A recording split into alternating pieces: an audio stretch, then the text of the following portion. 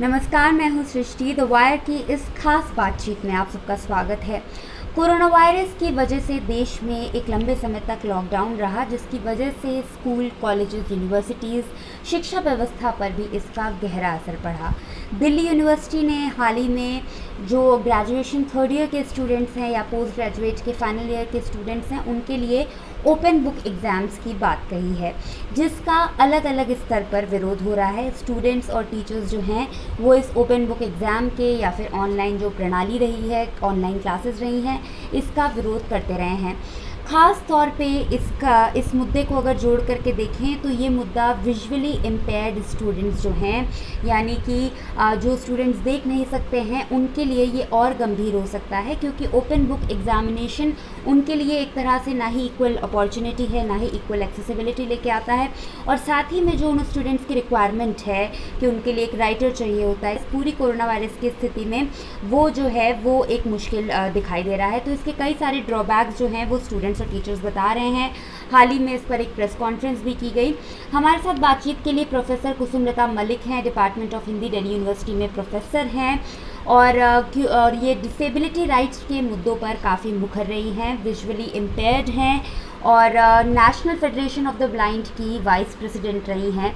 तमाम चुनौतियों भरा इनका भी जीवन रहा है, लेकिन इन्होंने दिल्ली यूनिवर्सिटी में जिस तरह से ये ओपन बुक एग्ज़ामिनेशन की बात की गई, तो वो इस मुद्दे को विजुअली इम्पेयर्ड स्टूडेंट्स के लिए ये किस तरह से गंभीर हो सकता है, किस तरह से उनके लिए एक परेशानी और चुनौतीपूर्ण हो सकता है, उस पर आज हम उनसे विस्तार से बात करेंगे। और साथ ही में ये जो पूरा ओपन बुक एग्ज़ामिनेशन का सिस्टम है, इसने किस तरह से यूनिवर्सिटी में एक डिजिटल डिवाइड भी क्रिएट कर दिया है। बहुत बहुत स्वागत है आपका। सबसे पहले कुसुमलता जी, मैं आपसे यही जानना चाहूँगी कि जो विजुअली इम्पेयर्ड स्टूडेंट्स हैं, जो देख नहीं सकते हैं, उनके लिए ये जो पूरी शिक्षा प्रणाली है, ऑनलाइन और ओपन बुक एग्जामिनेशन जिसकी बात दिल्ली यूनिवर्सिटी ने कही है, उनके क्या कंसर्न्स हैं, उन्होंने इस पे क्या सवाल उठाए हैं? पहले तो मैं सबसे पहले द वायर का धन्यवाद करती हूँ कि आपने इतने ज्वलंत मुद्दे को अपना विषय बनाया और मुझे बातचीत के लिए आमंत्रित किया, इसके लिए बहुत बहुत धन्यवाद। जहाँ तक किसी भी शिक्षा प्रणाली में जहाँ जिस रिजीम में हम एडमिशन लेते हैं, प्रवेश लेते हैं, तो हमें एक कॉपी मिलती है, एक प्रोस्पेक्टर होता है और एक आपके प्रोस्पेक्टर में और आपके सिलेबस दोनों में ये डिफाइन होता है कि आपकी जो एग्जामिनेशन प्रणाली होगी, जो परीक्षा प्रणाली होगी, वो किस तरह की होगी। जी। ये विश्वविद्यालय का जो सिलेबस है, जो तैयार किया जाता है, हम लोग जिसे तैयार करते हैं पाठ्यक्रम को, उस पाठ्यक्रम में हमने ओपन बुक एग्जामिनेशन के पैटर्न को इनबिल्ट नहीं किया है। पहली बात ये। दूसरी बात, इसलिए कोई भी विद्यार्थी दृष्टिबाधित ही नहीं, बल्कि सामान्य विद्यार्थी भी ओपन बुक एग्जामिनेशन के पैटर्न से परिचित नहीं है, वो इसका विरोध कर रहा है। इसलिए आप देखेंगे कि टीचर्स का पूरा ग्रुप डूटा जो है, डूटा ने इसका विरोध किया। दूसरी बात, हमारे जो एक्टिविस्ट हैं, ग्रुप्स हैं दिल्ली यूनिवर्सिटी में, एएडी है, एनडीटीएफ है, डीटीएफ है, सबने इसका विरोध एक स्वर से किया है। यहाँ तक कि जब हेड्स की, डिपार्टमेंट ऑफ हेड्स की मीटिंग हुई, उसमें भी 20 हेड्स ने इसका विरोध किया, और जो डीन, फैकल्टी डीन्स है, एग्जामिनेशन डीन्स है, सबने एक स्वर से इसका विरोध किया। जबकि प्रायः होता ये है सृष्टि जी, कि जब वाइस चांसलर कोई भी चीज लाना चाहता है, तो अगर वो सकारात्मक है, रचनात्मक है, विद्यार्थियों के हित में है और विश्वविद्यालय को आगे बढ़ाती है, तो हम लोगों का ये दायित्व होता है कि हम उसका समर्थन करें और उस पैटर्न को बढ़ाने के लिए, उस स्तर को अच्छी तरह से फैलाने के लिए हम उसमें सहयोगी तत्व के रूप में अपने आप को कंट्रीब्यूट करें। लेकिन ये जो प्रणाली लाई गई है, ये ऑल ऑफ अ सडन लाई गई है। ये वाइस चांसलर साहब की देन है, और वाइस चांसलर साहब एक ऑफिशियल होते हैं, एक ऑफिस बेयरर होते हैं दिल्ली यूनिवर्सिटी में। दिल्ली यूनिवर्सिटी जो पैटर्न है, जो पूरा, सबसे पहले कोई प्रस्ताव जब रखा जाता है, उसके लिए एक स्टैंडिंग कमेटी होती है, उसके बाद पूरा एकेडमिक काउंसिल में जाता है, उसके बाद वो एग्जीक्यूटिव काउंसिल में जाता है। ये ओपन बुक एग्जामिनेशन जो ऑल ऑफ सडन लाया गया है, ये किसी भी प्रक्रिया से नहीं गुजरा है। पहली बात, एक कमेटी सांसद साहब ने बना दी अपने कुछ लोगों की, जो उनके फेवर में बात करें, जो इस पैटर्न के फेवर में बात करें, सिर्फ उससे गुजरा है, ना एकेडमिक काउंसिल से गुजरा है, ना एग्जीक्यूटिव काउंसिल से गुजरा है। इसलिए ये अपने आप में ही गलत हो जाता है। अब मैं आती हूँ कि आपने पूछा कि दृष्टिबाधित विद्यार्थियों को क्या परेशानी हो सकती है इससे या हो रही है। जी देखिए, national federation of the blind Bharat की सबसे बड़ी लार्जेस्ट मास बेस्ड ऑर्गेनाइजेशन है। हमारे पूरे सभी राज्यों में, भारत के सभी राज्यों में हमारी शाखाएं हैं, और सारे 18 साल से ऊपर के लोग प्रायः हमारे सदस्य बन जाते हैं, जो दृष्टि। तो हमने एक सर्वे करवाया, हमसे काफी विद्यार्थियों ने संपर्क किया कि ये ओपन बुक एग्जामिनेशन हम कैसे करेंगे मैम, हमारे गांव में तो बिजली नहीं है, पहली बात। दूसरी बात, अगर बिजली आ भी जाती है, हम मोबाइल चार्ज भी कर लें, तो हमारा राइटर कौन होगा, कौन लिखेगा। हम तो पहली पीढ़ी है अपने परिवार में जो पढ़ लिख रहे हैं, और वो भी विशेष अधिकार दे दिए गए, फ्री एजुकेशन हो गई, ब्लाइंड है ऐसे करके कि सरकार इसका भरण पोषण कर देगी, इसको सक्षम बना देगी, एक विशेष हॉस्टल है, विद्यालय है, ऐसे करके पेरेंट्स ने जानकारी थोड़ी बहुत मिलने से उनको भेज दिया, है ना। तो वो फर्स्ट जनरेशन है अपनी पूरी, उसमें ज्यादातर लोग जो गांव में, दूर दराज में। और फिर एक और बात आप ध्यान रखिए कि डिसेबिलिटी होती कहाँ है। डिसेबिलिटी होती वहां है जहाँ पावर्टी होती है, जहाँ गरीबी होती है। मतलब आंख में डालने की दवा नहीं उपलब्ध है तो ब्लाइंड हो जाता है, पोलियो की ड्रॉप नहीं पिलाई गई है तो पैर से पैर खराब हो जाते हैं, है ना, अस्थि विकलांग हो जाता है।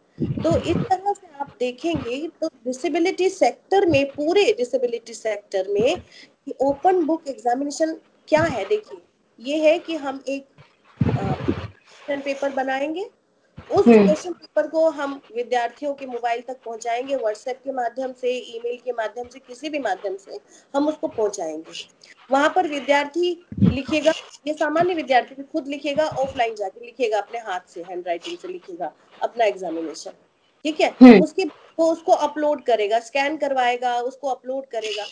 इतनी फैसिलिटी कहाँ हमारे, जबकि 35 करोड़ लोग एजुकेशन इस समय प्राप्त कर रहे हैं, और जिसमें से 24%, केवल 24%, 35 करोड़ का केवल ये सिस्टम से परिचित है, जो ये नेट है, मोबाइल की सुविधाएं है ना, जी जी तो सारी सुविधाएं है, तमाम नई तकनीक, ये केवल 24% को उपलब्ध है। फिर हम कैसे ओपन बुक एग्जामिनेशन करवा सकते हैं। अब ब्लाइंड की बात देखिए, ब्लाइंड को एक स्क्राइब चाहिए राइट लिखने के लिए। एक ही परिवार में मान लो किसी को लिखना ही नहीं आता, और कोरोना है, ऐसे में कौन राइटर जाएगा उसके पास लिखने के लिए। बिल्कुल। जब सोशल डिस्टेंसिंग की आप बात कर रहे हो, फिजिकली डिस्टेंसिंग की बात कर रहे हो, तो ऐसे में कहाँ कोई आपका हाथ पकड़ के, कोई आपके पास बैठ के आपकी बात सुनेगा, कौन करेगा। हमारे लिए तो वैसे भी कोरोना के बाद भी बहुत तरह की तकलीफें आने वाली हैं। जो आसानी से हाथ पकड़ के सड़क पार करा देते थे, या बस पकड़वा देते थे, ऑटो हमारे लिए अरेंज कर देते थे, मेट्रो में हेल्प कर देते थे, वो तमाम दिक्कतें भी आने वाली हैं। अभी तो खैर विशेष रूप से हम विद्यार्थियों की बात कर रहे हैं, तो आप खुद ही सोचिए ऐसे में स्क्राइब कहाँ से मिलेगा। दिल्ली विश्वविद्यालय कह रहा था, तो जब हमने सर्वे किया national federation of the blind ने, तो पाया ये हमारे पास लगभग 200 के करीब फॉर्म आए लोगों के, विद्यार्थियों की, जो बीए थर्ड ईयर में है, जो एमए फाइनल में है। उन्होंने कहा कि एग्जामिनेशन में पार्टिसिपेट नहीं कर सकते, क्योंकि हमें तो सिलेबस ही उपलब्ध नहीं है। पहले वो हो गया था, होली की छुट्टी हो गई थी, उसके बाद आप देखते हैं जब तक रिजल्ट नहीं आता, बच्चे अगले सेमेस्टर में ज्यादा इंटरेस्ट नहीं होते हैं। थोड़ी बहुत कि वीक में एक क्लास होती है एमए की, जैसे मान लीजिए एक पेपर की, तो दो, अगर 3-4 क्लासेस लगी भी, 4 हफ्ते लगी, 5 हफ्ते लगी भी, फिर भी तो पूरा कोर्स कुछ तो हुआ नहीं, है ना। तो ब्लाइंड तो क्लासमेट से या किसी जानकार से रिकॉर्डिंग करवाता है। विश्वविद्यालय के स्तर पर क्या होता है कि मान लीजिए जैसे कबीर है, मैं साहित्य की बात करती हूँ, कबीर के हमने 100 दोहे लगा दिए, हजारों दोहे हैं, लेकिन वो 100 दोहे हम इस तरह से लगाते हैं ताकि हर तरह कबीर ने जिस तरह से बात की है, हर विषय को उसमें इंक्लूड कर सके, तो ताकि उसके माध्यम से बच्चा सारा कबीर पढ़ सके। तो सारा कबीर के लिए रेफरेंस बुक्स पढ़नी पड़ती हैं, तो मतलब जो जी। सिलेबस में होता है वो तो एक छोटा सा अंश होता है।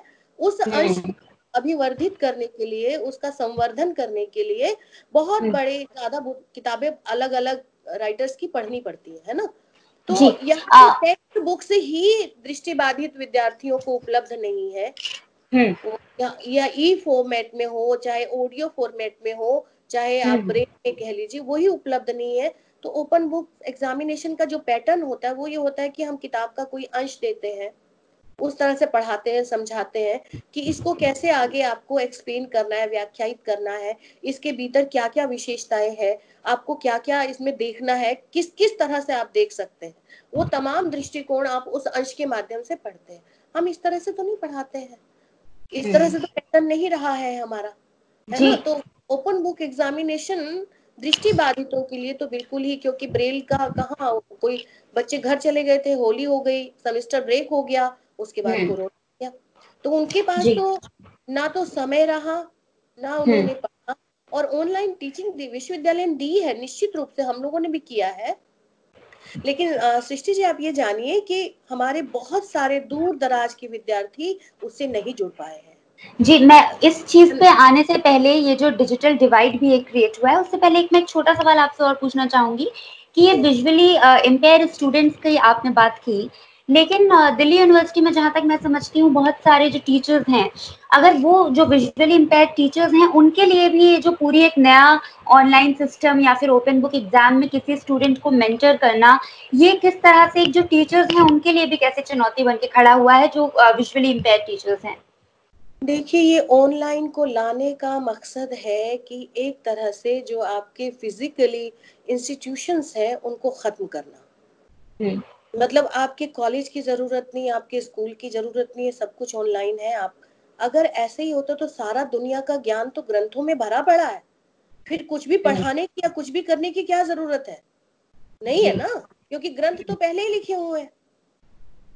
अपार अंबार है ज्ञान का, लेकिन वो ज्ञान एक्सेसिबल नहीं होता जब तक कि आप गुरु के पास जाकर, टीचर्स के पास जाकर उसको नहीं समझते हैं, हम्म है ना। तो इसलिए जरूरत होती है, हम्म क्योंकि पूरा एक एनवायरनमेंट है शिक्षा प्रणाली का।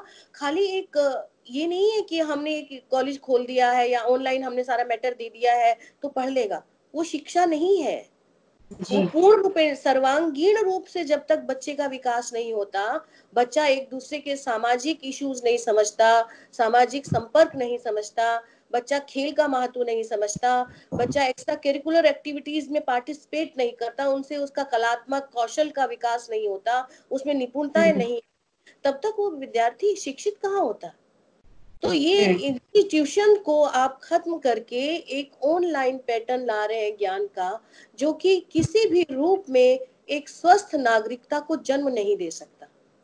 हम कहते हैं ना कि टीचर्स जो होते हैं वो नेशन के बिल्डर्स होते हैं, है ना, नेशन बिल्डर्स होते हैं, राष्ट्र निर्माता होते हैं। तो राष्ट्र निर्माता होने के लिए खाली एक ऑनलाइन हम पढ़ा दें, मैं भी बैठ के बोल सकती हूँ, भाषण दे दूं, लेकिन जब हम सामने होते हैं, आप देखते हैं क्लास में 250 बच्चे बैठे हैं, 300 बच्चे बैठे हैं हमारे यहाँ, क्योंकि हमारे एमए में लगभग 1100 विद्यार्थी होते हम्म, हैं, हिंदी एमए में, जी। है ना। तो अलग जी। अलग ABC हम सेक्शंस में विभाजित करते हैं, तो 200-250 बच्चे बैठे होते हैं सामने। अब हर बच्चे को आप इंटरेस्टेड बनाने के लिए अपने व्याख्यान को कुछ आप विजुअल्स दिखाते हैं, कुछ आप उनसे बतियाते हैं, रोजमर्रा की बात करते हैं, कुछ इश्यूज से जोड़ते हम्म, हैं जो करंट अफेयर्स में चल रहे हैं, ताकि वो अट्रैक्ट होके चीजों को जी।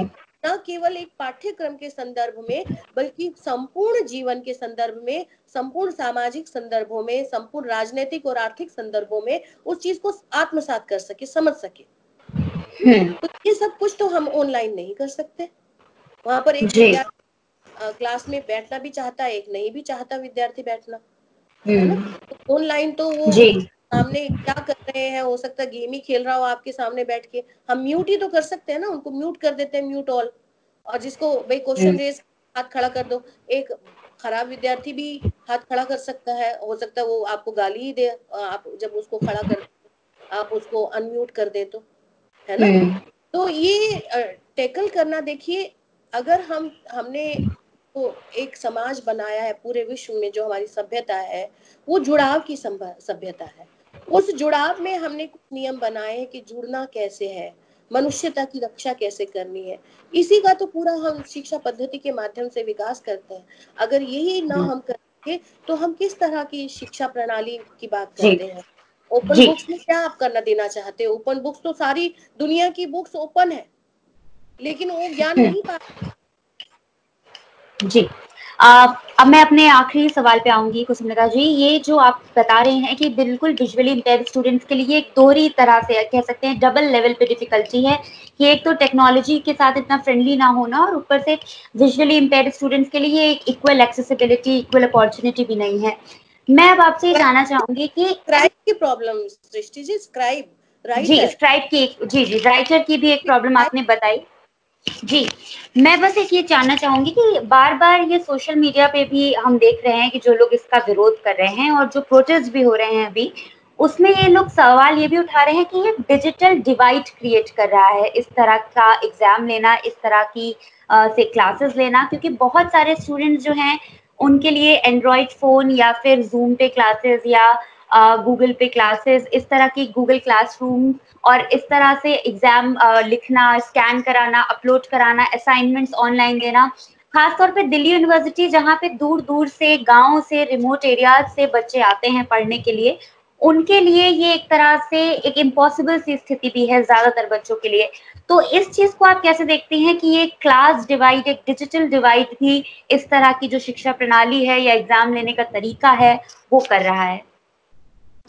मैं वही बात आपसे कहना चाहती हूँ। देखिए, दिल्ली विश्वविद्यालय हो या जवाहरलाल नेहरू विश्वविद्यालय हो, हुँ, आप तो जानते हैं कि हमारा कहीं भी जो विश्व का परिमापक है, जहाँ हम देखते हैं कि इंस्टीट्यूशन कहाँ लेवल कर रहा है, नेक्स्ट हुँ, जो एक्सेस होता है ना? जी, तो हुँ, उसमें आपका विद्यालय कहीं नहीं है।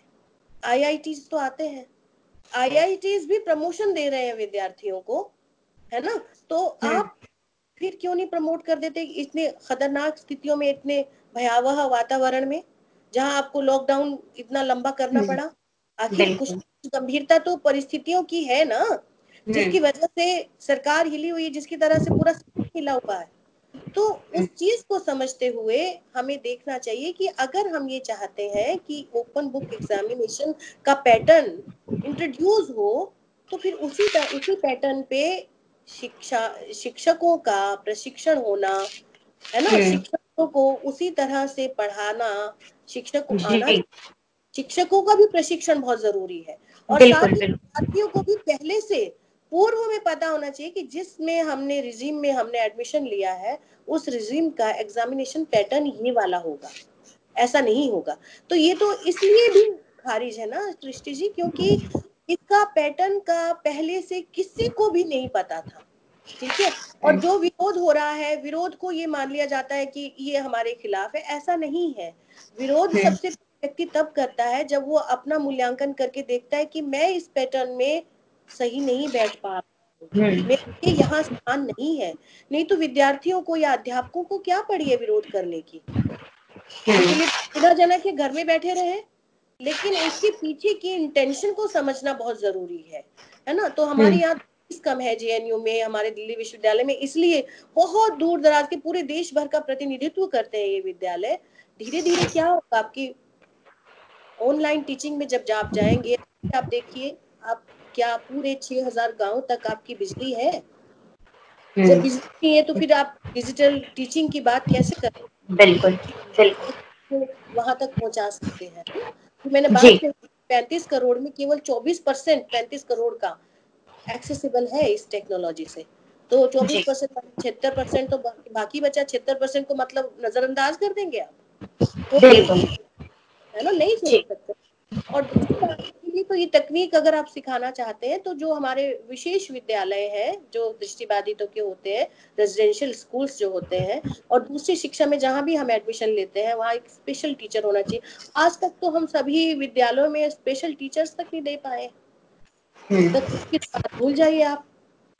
जी, तो ये किसी भी रूप में आज के परिवेश में आज जो विद्यार्थी है शिक्षा प्रणाली में जो शिक्षा ग्रहण कर रहे हैं, उन सभी को ध्यान में रखते मैं तो ये बात मानती हूँ कि जब तक कोई भी वस्तु जो वहाँ पढ़ाई जा रही है, जो सिखाई जा रही है, वो अंतिम विद्यार्थी तक नहीं पहुंचती, अगर एक विद्यार्थी भी उस लाभ से वंचित है तो वो इनवैलिड है।